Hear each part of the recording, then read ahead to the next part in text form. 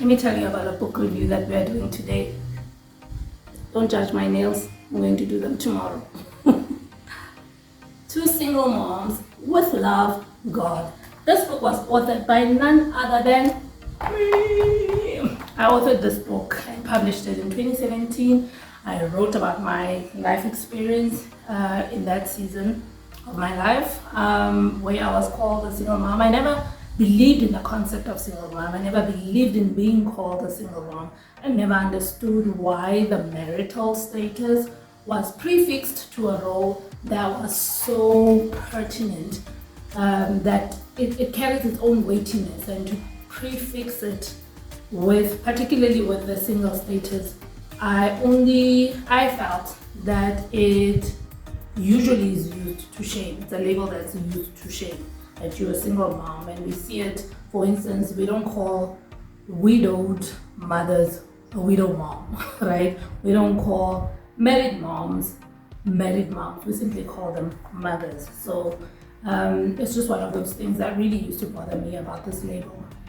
And I there's a part of me that really understands where it comes from and what people are trying to say, but there's also a part of it that is so problematic for me in terms of assigning identity. It's like, does it really matter that your marital status says widowed or divorced or single or married, or does it matter that you are a mother in all its fullness and weightiness? And so, that's just one of the thoughts that I had during that time. And really, it's a thought that is still predominant. I haven't changed it. And I actually do not like people being called single moms. And I don't like them accepting being called single moms. But I mean, whether I like it or not, other people are happy to be called that. And you live and you let live. But in this episode, I'm going to take us through the book and just give you the nuggets of truth that I was mulling over during that time. So buckle up and go with me on a journey of two single moms with love, a letter from God.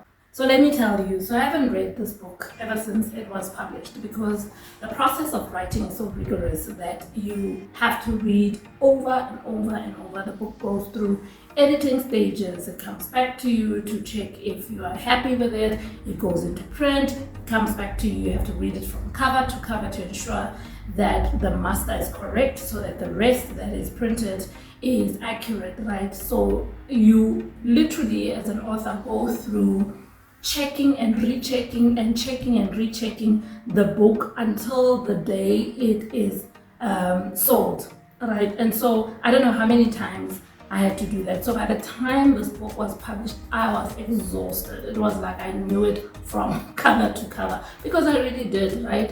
And so there's a fatigue that comes with that, and I just decided I don't want to read it because I've read it so many times, right? And it was just such a marvel to see people reading it, and for them it being something that was so potent and life-changing and life-directing.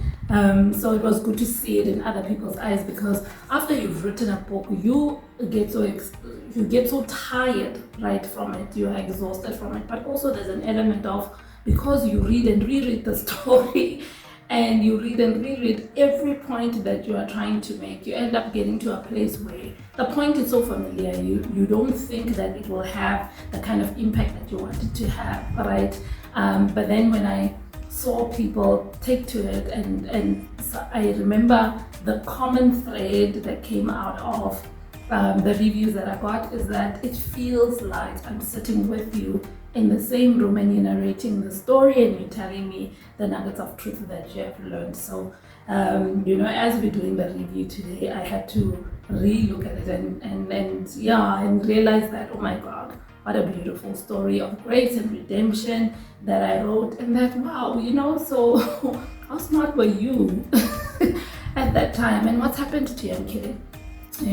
I thank God for the wisdom that He gave me to really charter this path of single motherhood with functionality and just with ease during that time, and the first chapter, I want to go into it. It says, where have you come from and where are you going? Where have you come from and where are you going? So for me, it was so critical for me to write this chapter first, because when relationships end, when romantic relationships end, we can easily put blame on the other person, even if really the other person was not a saint, and the fathers of my children were not saints, and I'm not going to disparage them. That's just not something that I do. The Bible says put honor to everyone, and I must honor the fathers of my children. So, but I mean, they were not saints, neither was I. But it was important in my healing journey to first start with, where have you come from and where are you going, right? And that part was very, very hard for me, to look at myself in the mirror and say, you are the common denominator in your relationships. And so how your relationships start and end, right? And the similarities of how they ended had nothing to do with these two guys. They had everything to do with the common denominator, which is me. And that was a tough pill to swallow.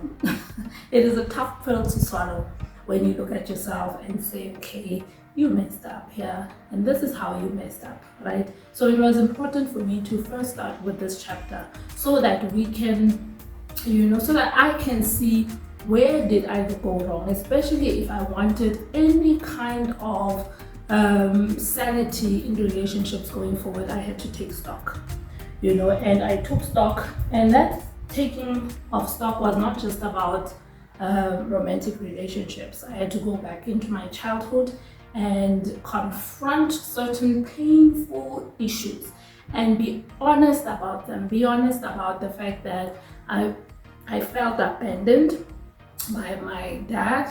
He physically abandoned me, and also there was an abandonment issue in my own heart, right? And so that abandonment issue was a catalyst for me in many ways in venturing into the wrong relationships. So when I was writing this chapter, this is probably the toughest chapter that I wrote.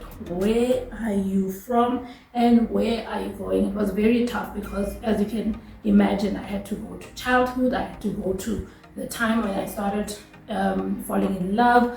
I had to go to a time where I then was in relationships and I was procreating with really no thought to my future or my children's future because of the issues in my own heart, right? So this was tough to write, but it was also so freeing in the end, right? In the beginning it was painful. I remember crying so much as when you crying and you're typing and everything just seems blurry on the screen.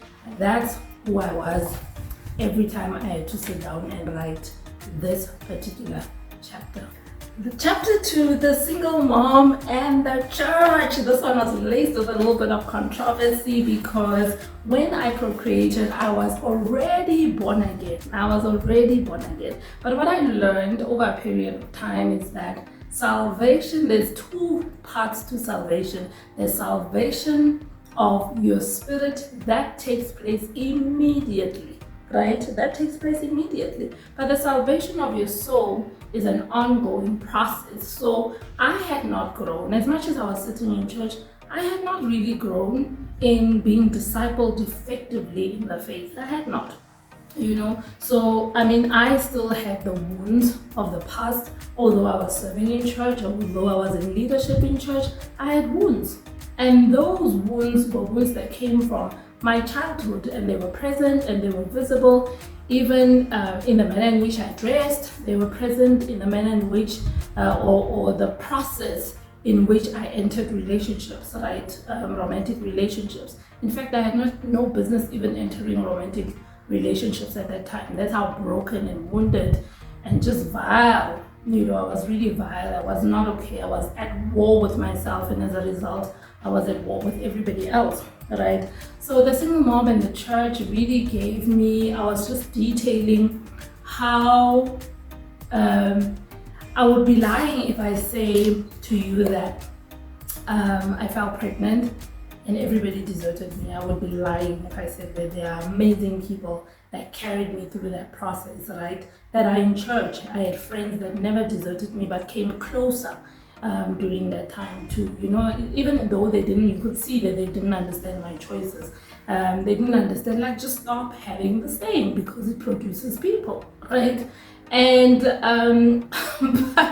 but I mean, everybody's behavior is fueled by a certain mindset. So if the mindset has not changed, the person will not change either, right? The person will act out of the mindset that they have. And so my soul dimension was not renewed, and so I had these people that really loved being cared for me, but there was also this other sector of people that was so interesting for me to watch.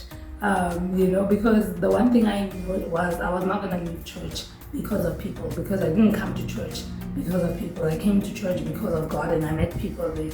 So they were not going to remove me from something that God had established. And so I decided I'm going to go, and I'm not going to put a ring and pretend as if, I'm married. No.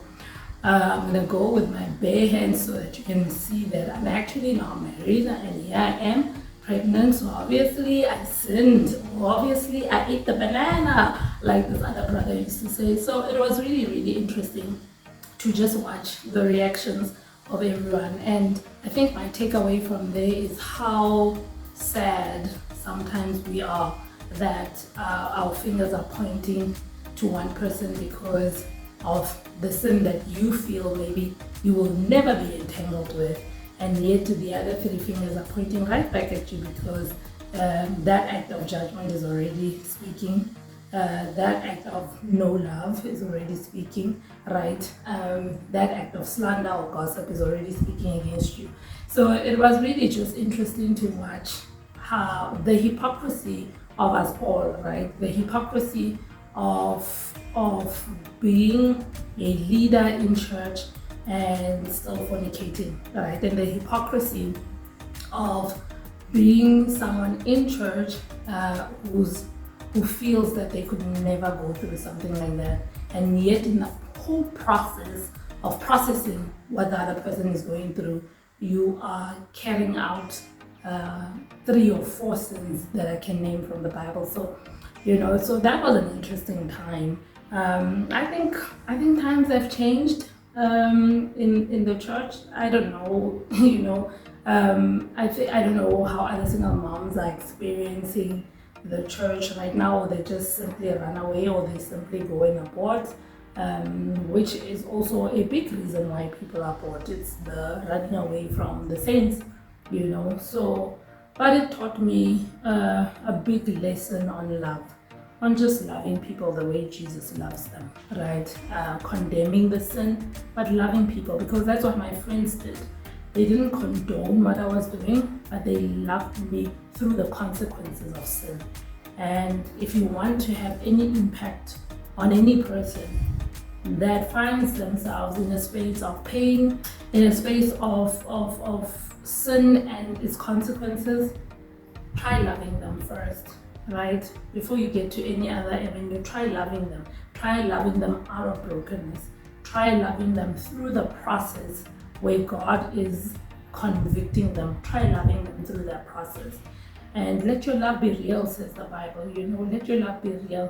One of the things I will never forget and I write about in this chapter is that one day I was so tired, and I was going to evening service though with my friends, and I had guy friends, and one of them saw how tired I was.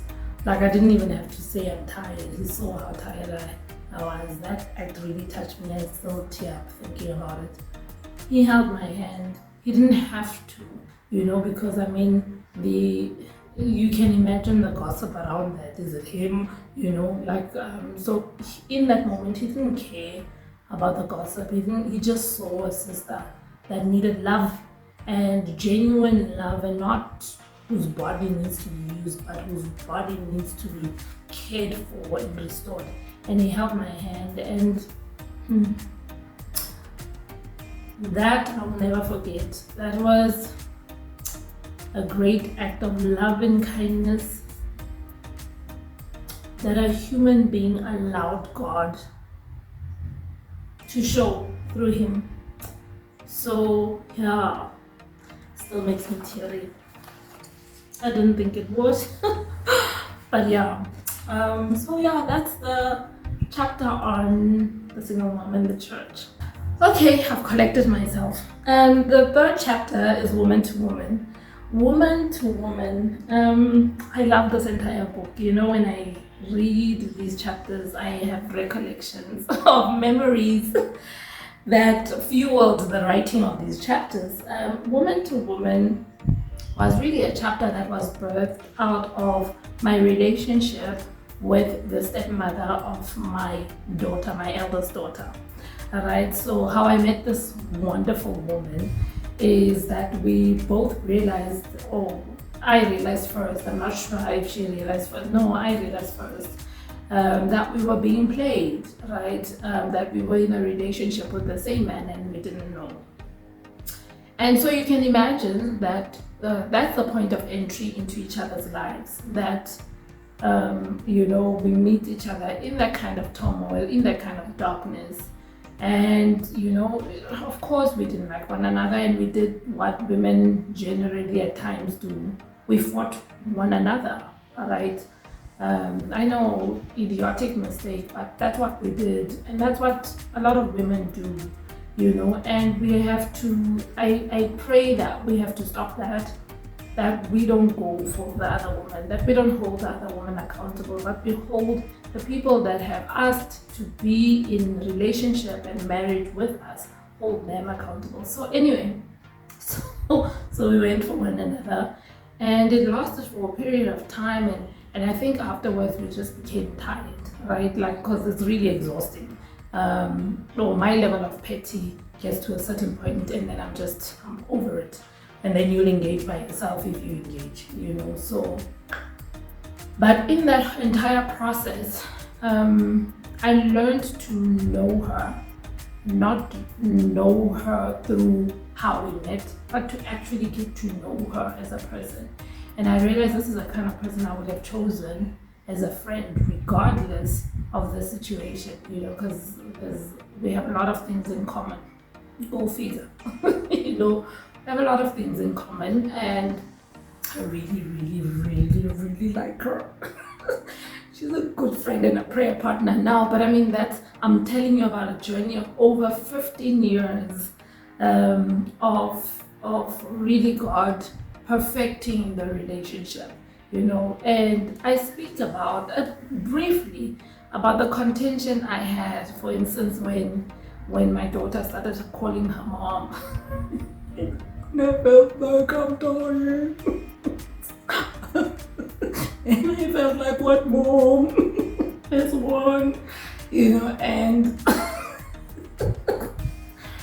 and then I got over my pettiness at some point, because I realized nobody can take my place, really, you know. There's only one person who brought you into this world. And I'll always be your mother. It doesn't matter who you call mother or mother-in-law or whoever, right? It's always gonna be me. All roads lead back to me. And you know, I didn't write about that in this chapter, but this is where I've grown to now, right? Where I understand that, and I understand that you know, it really takes nothing away from me for her to call her mother. And also, why do we freak out when children call the other woman mom, but we don't freak out when they call granny mom or sister mom or aunt mom or nanny even mom? Why do we freak out when it's the other woman? The reason has to do with the posture of our heart towards the other woman, because all those other people that I've mentioned, if the posture of your heart is correct towards them, you don't really mind, right? But it's this other woman. It's this other woman who's called mom, and you know, and yeah, look, I don't want to give a lot away. We have written and continue to write about our journey. We're launching our book on the 1st of June 2024. Be there or be told. It's called The Blended and the Beautiful, and we're just detailing our journey together. So we co-wrote the book and detailing our journey. So be there. It's going to be lovely to hear from both of us. I think generally people know my side of the story and they don't know her side of the story. And it's going to be lovely to just hear her side of the story. So join us there. Chapter 4, the importance of fathers. The importance of fathers. Oh, listen, you can see the importance of fathers on Father's Day. You really can. I'm not talking about their irresponsibility. I mean, even their irresponsibility fuels what happens on Father's Day. Father's Day is one of those days where I pray for it to just pass. Like literally that entire day, I'm managing my anxiety over that day and just asking God to let that day pass, because it is a mess. And it's not an unjustified mess, considering what a lot of fathers have subjected their children to and what a lot of fathers are subjecting their children to, right?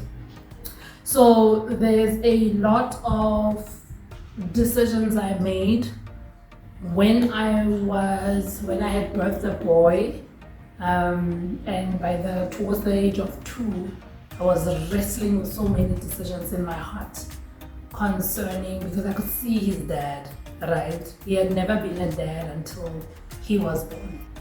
And what I saw from his dad was the responsibility of fatherhood. As a man that was not fathered himself, how he just took responsibility to take himself to therapy, to ensure he's ready to be a dad, right? And that for me pulled something in my heart.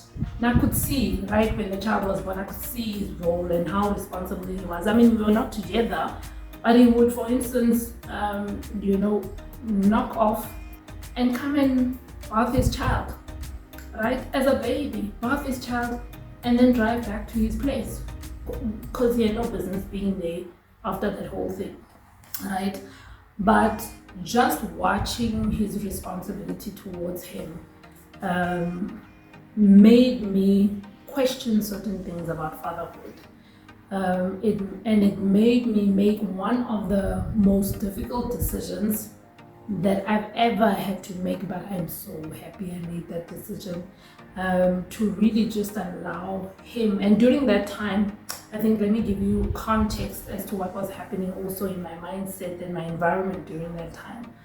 So I had a male friend during that time who was saying to me, his father has come back to his life after absconding, and he's now caught between a rock and a hard place, because it is his desire, and he's a married man, right? He says, it's my desire, Tandy, to really as a man change my surname to my dad's surname. And he said, the thing that blocks me is my mother, in the sense that my mother raised me by herself. I was a witness to how hard it was for her to raise me. And so now I'm caught between the two, and the thing I feel I want to do, I can't do, because I have to honor my mother and not, wound her. And I remember just thinking, oh, I don't want that for Jude. I really don't want that for Jude. I don't want Jude to choose between what he truly desires and allegiance to me, because I raised him, right? And he watched me in hardship raising him. And so I made a choice. Towards the 2-year mark, it was, because I was sitting with this decision-making process for over a year already, and towards 2.5, I made a decision. First of all, Jude's surname must change to his dad, because I really do not want Jude to ever get to a place where he feels that's what he wants, but my mom, my mom's hardship. And I understand where my friend was coming from.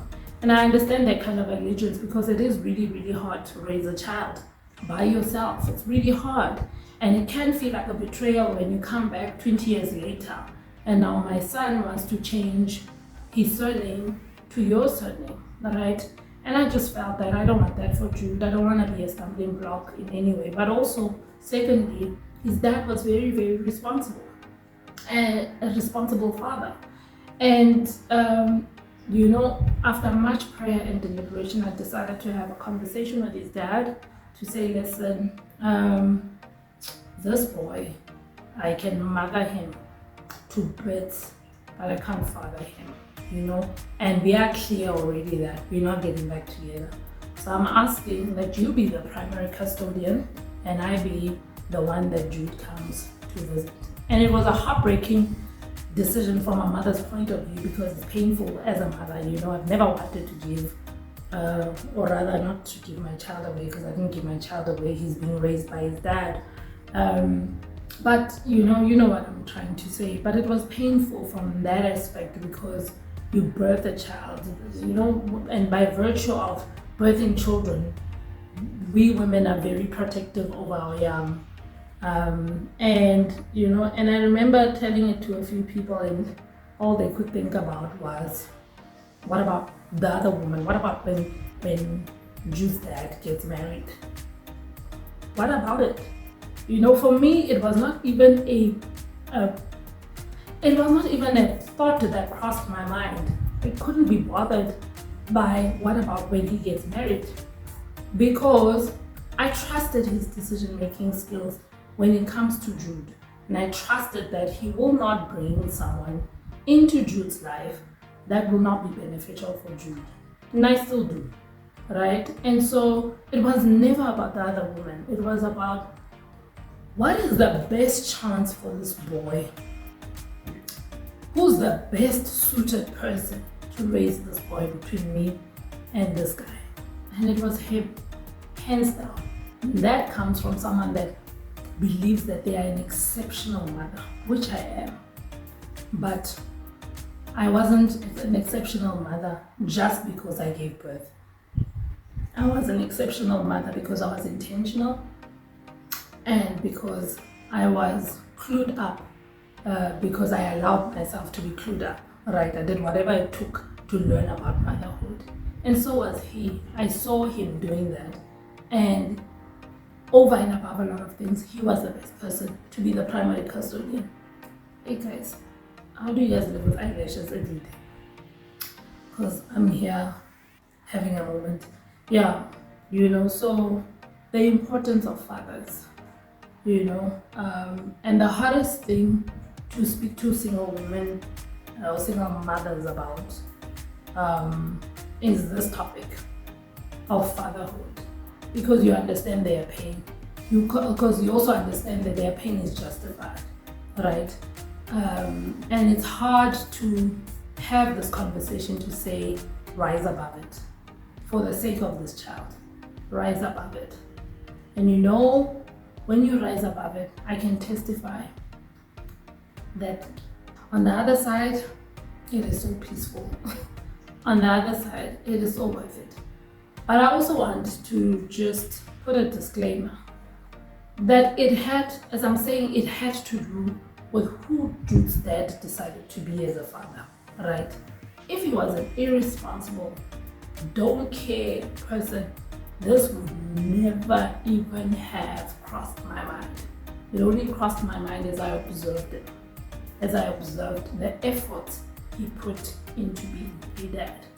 And so the importance of fathers, one of my deepest prayers is found in Malachi, that God would turn the hearts of the children to the fathers and the hearts of the fathers to the children. But more than anything, that God would heal us, heal the wounds that have gotten us to this place, both men and women, because for someone to leave their children behind and not look back, that tells you there's something off there, because no normal person in his right mind would do that. And I'm not saying people that do that are bewitched or anything. It's real choices that some make. But what type of mindset influences those kind of choices?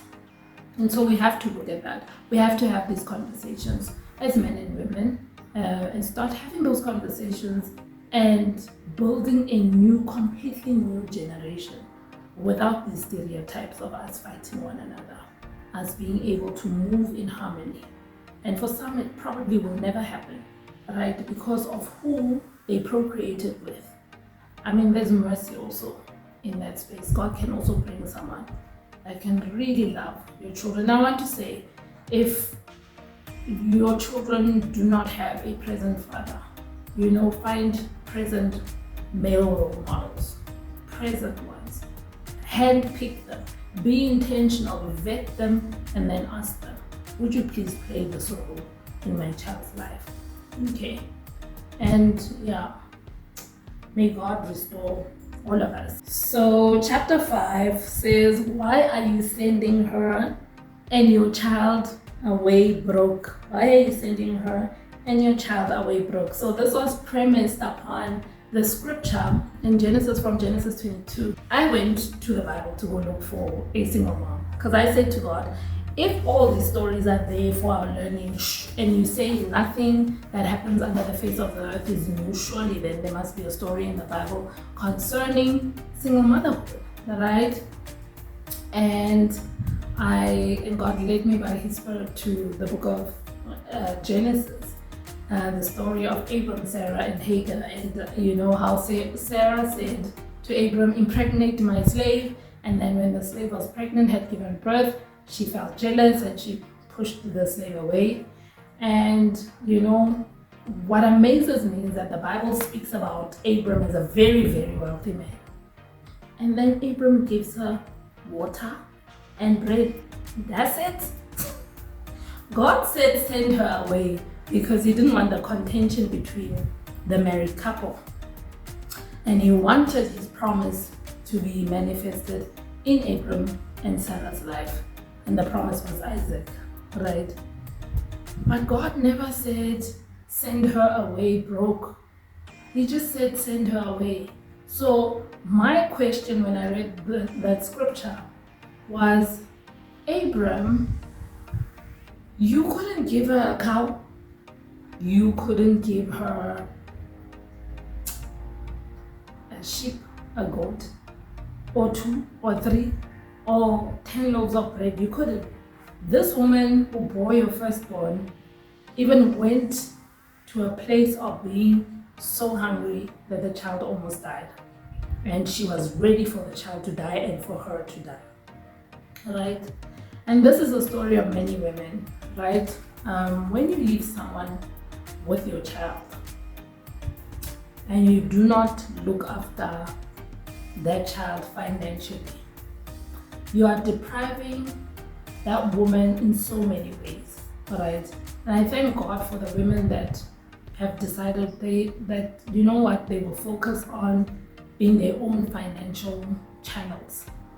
Bless God for that. But then the opposite is true for many women, that by the time they have a child, that the having of the child leads them to start poverty because the resources are not shared.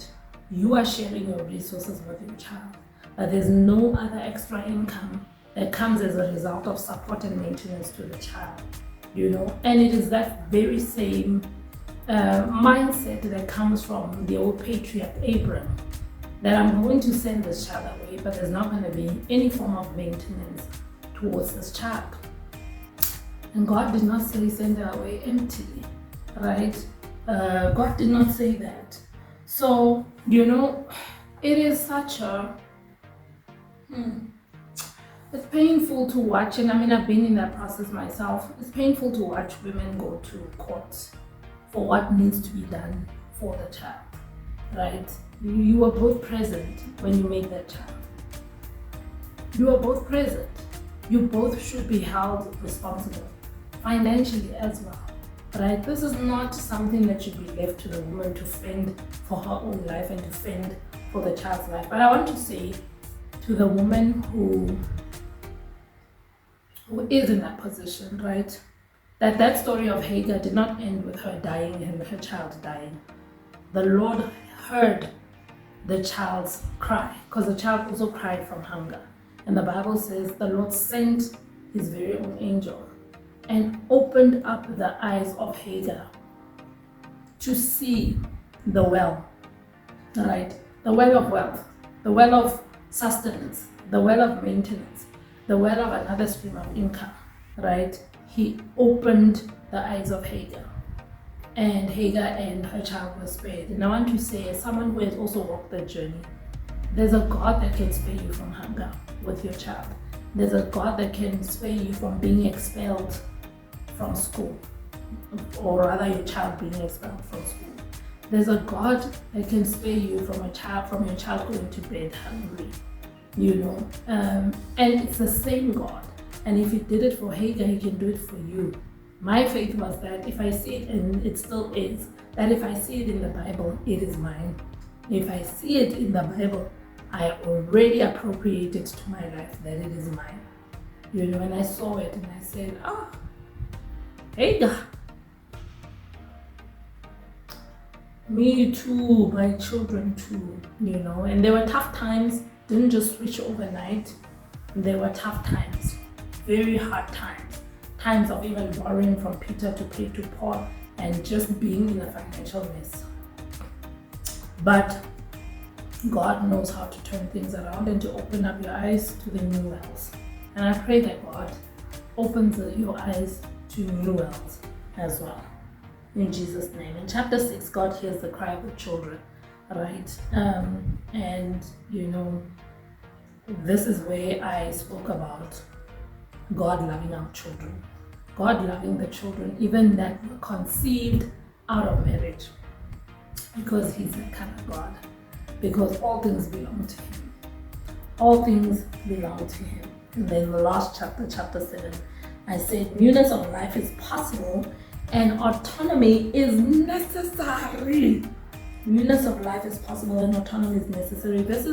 In this chapter, really, I was just empowering women who have gone through that kind of season in their lives to say it is possible to be new, right? Human beings are like trees. You can uproot yourself. You don't have to stay where you are planted and stay just because of loyalty or stay just because you've been there for years. You can literally uproot yourself, and sometimes you've been in that place or position for so long that the uprooting is a little bit hard and intimidating. Uproot yourself regardless, right? And start afresh. Start newness of life, right? And autonomy is so important. Self-government in all areas of your life are so important. One of the pennies that dropped for me was, as much as I was grateful that my children were being maintained, I remember thinking, so if these guys die, how does this affect my life financially and my children? And it was like I woke up from a slumber, right? It was like I woke up from something that had veiled my eyes previously. That I should never allow anyone to have that kind of power over me, that their absence will take away my finances, that their absence will take away my sanity, that their absence will take away my health. I should never allow myself to do that, and that I should always strive for autonomy. And that's what I did, and that's what I continue to do. You can be independent but also interdependent. You can live dependent on God, independent in autonomy, but also interdependent with the people that you love and that you are building your life with. And I made that decision during that time that, oh no, I am not giving anyone that kind of power over me. I'm not giving any person power over my spiritual life. That when you are not there, my spiritual life can't thrive because it's really centered around you being present in it. Neither will my financial life, neither will my mindset, neither will my health, right? And all of those are going to find their own expression from a life by design. I'm big on designing your own life. That when we are born, there is no designing of your life. You just take what you are given. You're given by parents, you're given by church, you're given by society, you're given by school. Everything you are given. But at some point, you have to get to a place where you realize that, listen, you have no control over how life started, but you have absolutely every control over how it's going from this point. Not yesterday, not 5 minutes ago, right now. What are the decisions that you are making for yourself right now going forward? So yeah, this is the book that I wrote. And if you want a copy of this book, if you want to buy one for your friend or for you to go through some of the stories that I'm telling here, click on the link below. I'll post how to order it. Yeah. Thank you for listening. Yeah, it was a bit heavy, but also so freeing. I'm glad to have gone through it again. God bless you. I love you and thank you for watching.